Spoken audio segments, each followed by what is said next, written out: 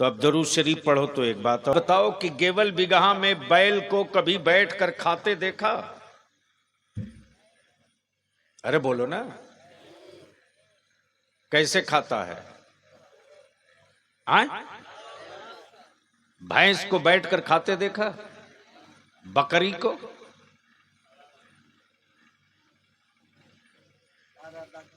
गधा को?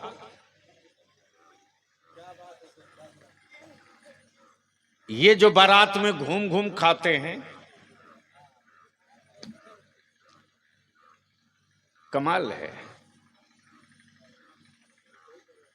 मौलाना आफाक मुशाहिदी साहब,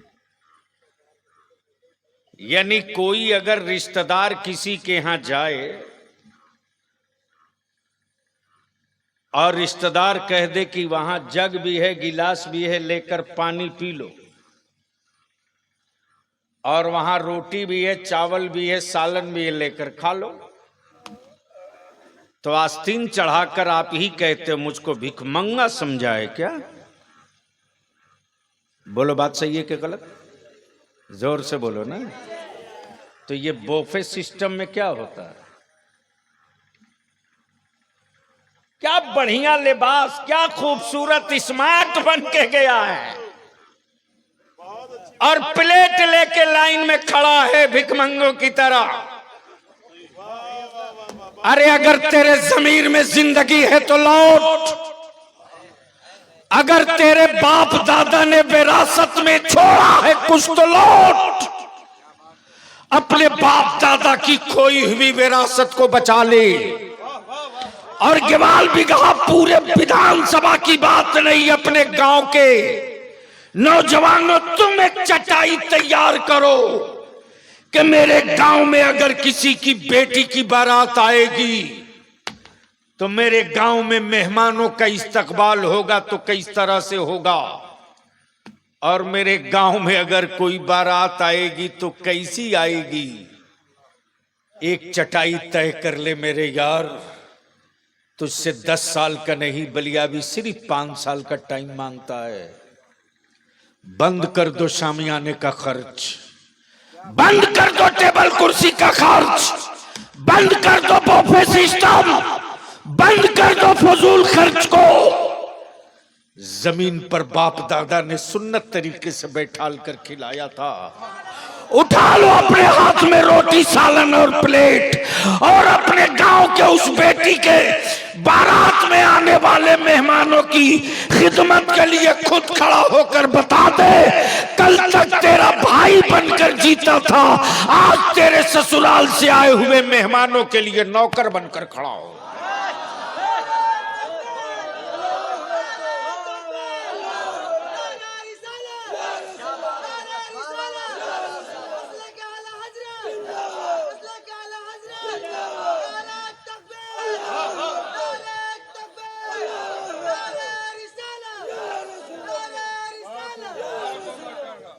उसी पैसे को बचा लो।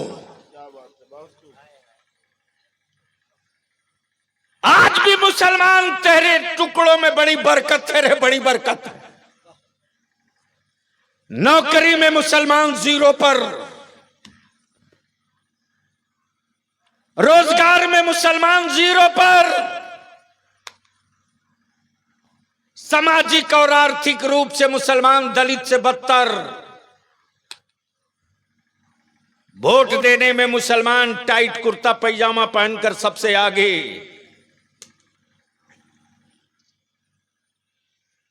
सारे दरवाजे बंद कर दिए, लेकिन मेरे आका करीम के नालैने पाक के सदके कोई हुक्मरान मेरी रोजी नहीं बंद कर सकता।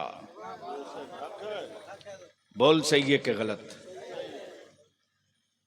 सबसे गरीब तुम हो, सबसे ज्यादा खर्च तुम्हारे ही पास है। बलियावी ने सैयद साहब एक मर्तबा ऐसे ही एक साहब आंखें लाल करके बात कर रहे थे, मैंने कहा पानी उतार दूंगा कई पुश्तों का। थोड़ा ऐंठ रहे थे, मैंने कहा कि तेरी ऐंठन भी बहुत लंबी नहीं, चढ़ गया अगर रंग तो 2 ही 4 घंटा तो बलियावी मौलाना रहता है ठंडा।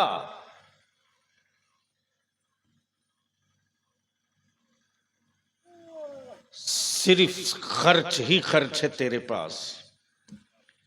रमजान के इफ्तार का खर्च आपके पास, ईद के कपड़े का खर्च आपके पास,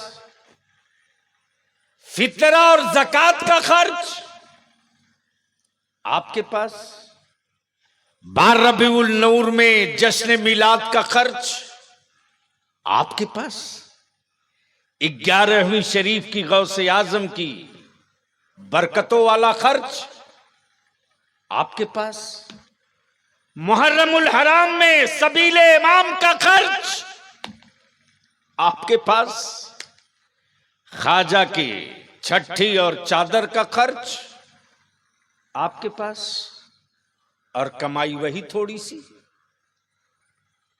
तो क्या किसी हुक्मरान ने या किसी हुकूमत ने किसी योजना और स्कीम का पैसा देकर आपको ऊपर उठाया? खर्च सबसे ज्यादा, रिजल्ट सबसे कम। तब बलिया भी कहता है कि सिर्फ एक काम कर दो, 5 साल में रिजल्ट आ जाएगा।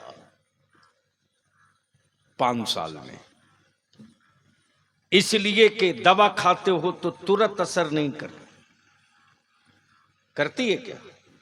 अरे बोलो ना, एक्शन के बाद रिएक्शन आने में टाइम लगता है। ऐसा थोड़ा ही नहीं कि आज सुबह पेड़ लगा दिए तो शाम को फल दे देगा। और ये भी सही है, हजरत अल्लामा पीर तरीकत सैयद शाह वलीउल्लाह कादरी साहब किबला कि आदमी के लगाए हुए पेड़ से फल निकलता है। मौलाना फाक साहब, बंदरों के लगाए हुए पेड़ से कभी फल नहीं मिला। इसलिए कि गलती से अगर बंदर ने पेड़ लगा दिया तो सुबह से लेकर शाम तक 20 मर्तबा उखाड़ के देखेगा लगा कि नहीं लगा। बोलो सही है कि गलत? अरे जोर से बोल। तो हम तेरे हाथ जोड़ के विनती करके अपील करेंगे, गेवल बिगहा के नौजवानों, अपनी एक चटाई बना लो। तुम पूरी दुनिया का ठेका नहीं ले सकते, लेकिन हर घर का बड़ा बुजुर्ग और जवान अगर ठान ले तो इस पूरे रफीगंज इलाके का एक मॉडल गांव बन सकता है, मजहब का और मसलक का बन सकता है। और वो ये कि मेरे गांव में कोई भी बारात डीजे बाजा नाच के साथ नहीं आएगी। हिम्मत है इसको कर लेने की? है हिम्मत? कर सकते हो? कितने लोग कर सकते हो? जबरदस्ती मत उठाओ मुहर्रम वाला। कर सकते हो तो उठाओ। सच ये है कि बेशी नहीं, अगर 50 खड़े हो जाए ना तो अब भी जो शादियां होने वाली हैं, लड़की के वालिद को 10 आदमी जब कमेटी बना के चटाई बना के कहोगे कि आप अपने समधी को कह दो कि मेरे गांव में बेटे की बारात लेकर आ रहे हो, आओ, लेकिन मुस्तफा के आशिक की तरह आओ, आवारा की तरह मत आओ, ईमान वाले की तरह आओ। हम तेरा इस्तकबाल बहुत जोरदार करेंगे। और इदारे शरीयत तहरीक बेदारी का कारवां जिधर से गुजर गया, हिम्मत है तो कोई डीजे बाजा नाच ले जाकर बारात में दिखा दो उन इलाकों में। अहले सुन्नत के जवानों ने बलियावी का बाजू पकड़ लिया है। अहले सुन्नत के नौजवान इदारे शरीयत तहरीक का हिस्सा बन गए। इसी जमुई में हजरत बड़का सेठ था, बड़का कलकत्ता का बहुत बड़ा सेठ था, मौलाना फाक मुशाहिदी साहब। उसने कहा कि जिस कीमत पर भी हो डीजे और ऑर्केस्ट्रा तो जाकर रहेगा। 50 नौजवानों ने कहा कि दो ही बात होगी, या तो छोड़ कर आओगे बुराइयां तो बहू लेकर जाओगे,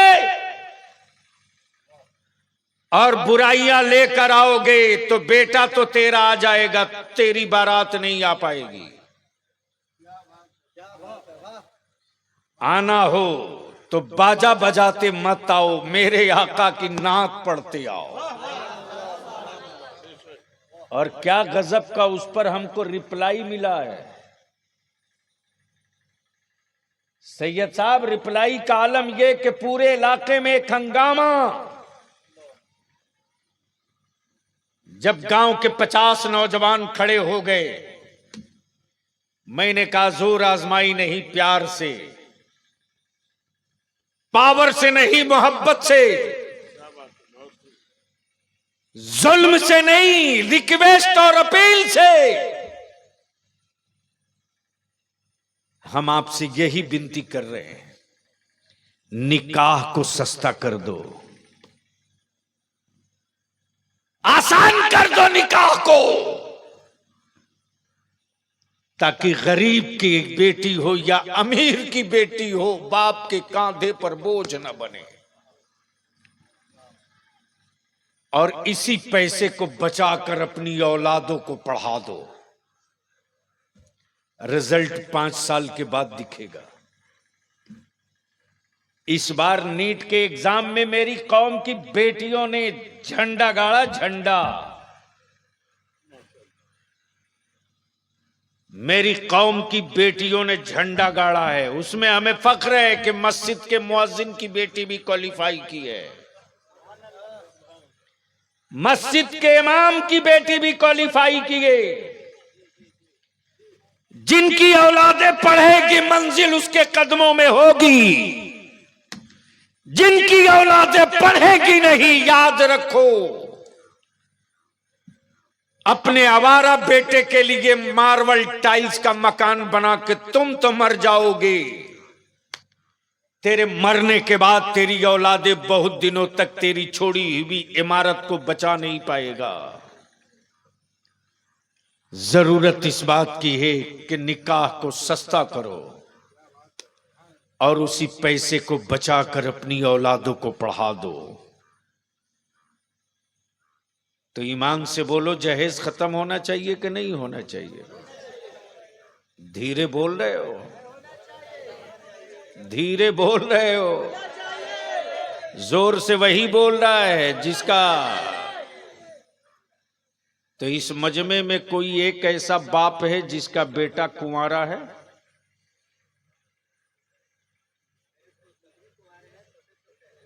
हैं? आगे आ जा। या इधर घूम जाओ। मेरी शादी फ्री में, मेरे बड़े भाई की शादी फ्री में, मेरे मजीले फ्री की शादी। ऐ सुभान अल्लाह, हाथ मिला लो। अब इधर घूम जाओ। इतने बड़े मजमे में एक ही बाप है जिसका बेटा कुंवारा है। हजरत, ये कौम जान देगी इस्लाम के लिए। किस गलत फहमी में आप लोग हैं? जो कौम अपने औलाद को बेचने से न रुक सके, वो कौम कहेगी हम कुर्बानी दे देंगे।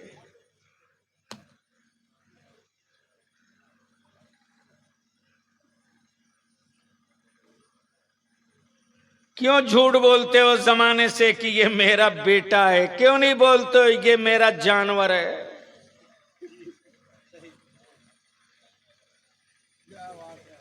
क्या हजरत? अगर बुरा लगे तो 10 रोटी बेशी खा लेना, मेरा क्या बिगाड़ लोगे? लेकिन ये जो कड़वी बात बोल रहा हूं, तेरी नस्लों को जिंदा रहने के लिए बोल रहा हूं। मैं वो थोड़ी हूं कि जन्नत की चाबी लेके घूम रहा हूं। हाँ फाक बाबू, मैंने भी सोचा था एक जन्नत खरीद लूं, लेकिन नजर उठाकर पूरे शहर में देखा तो कहीं कोई बहलोल दाना नजर नहीं आया। तो ईमान से हमको बता दो, जहेज खत्म होना चाहिए कि नहीं होना चाहिए? कितने लोग इस पक्ष में हो? उठा के रखो तो अंदाजा हो जाएगा। उठाए रखो, मैं भी थोड़ा देख लूं। हजरत आप भी देख लें, आपके मुरीदों का इलाका है तो पूछने में सहूलत रहेगी। अबे मेरे ही सामने तो वादा किया था खत्म होना चाहिए। हाँ, समझ में बात आ गई है? अब नीचे कर दीजिए। जिनका बेटा जवान है, रिश्ता पक्का हो चुका है, वो नहीं उठा रहा। नहीं, बात अच्छी है, कम से कम क्लियर है कि भाई मैं बेच चुका हूं। मैं बेच चुका हूं, तो जब बेच चुका हूं तो क्या बात करूं? कमाल है, बेटा बेच दिया, उसके बाद कहता बरकत की तावीज सैयद साहब दीजिए ना। शादी होने के बाद तो मेरा बेटा सीधे बदल गया, मेरी एक नहीं सुनता है।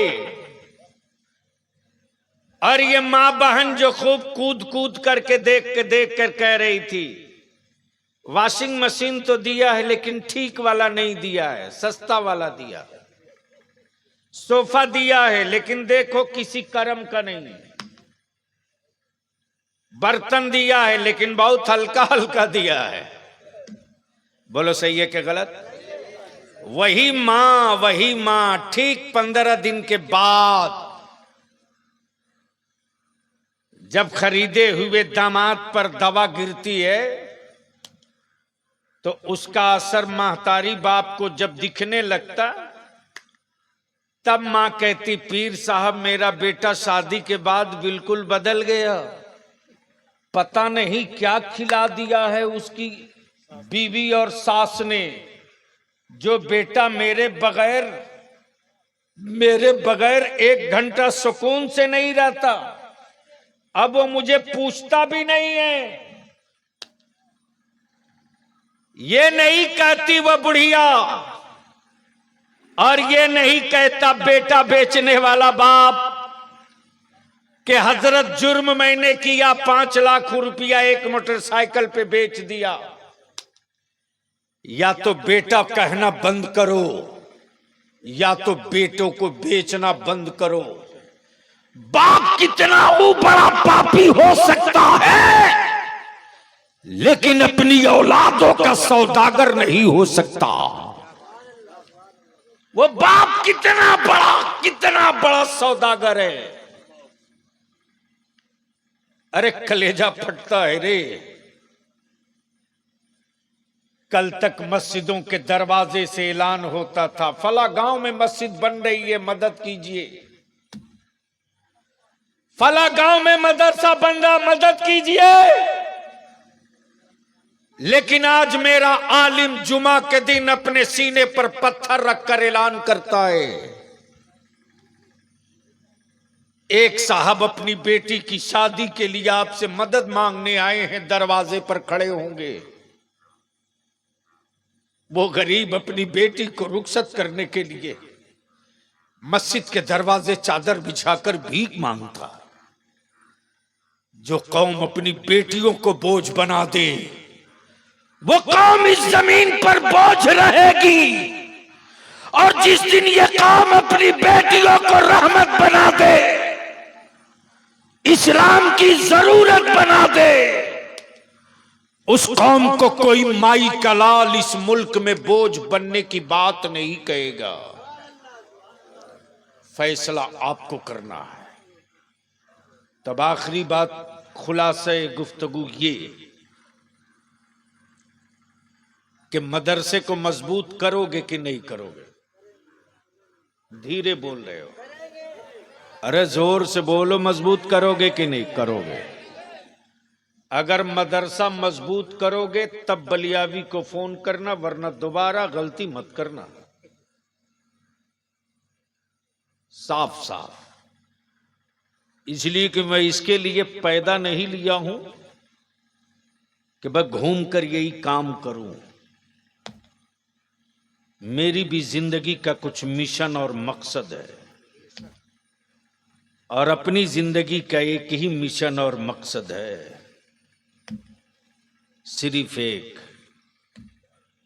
जमाना रूठता है रूठ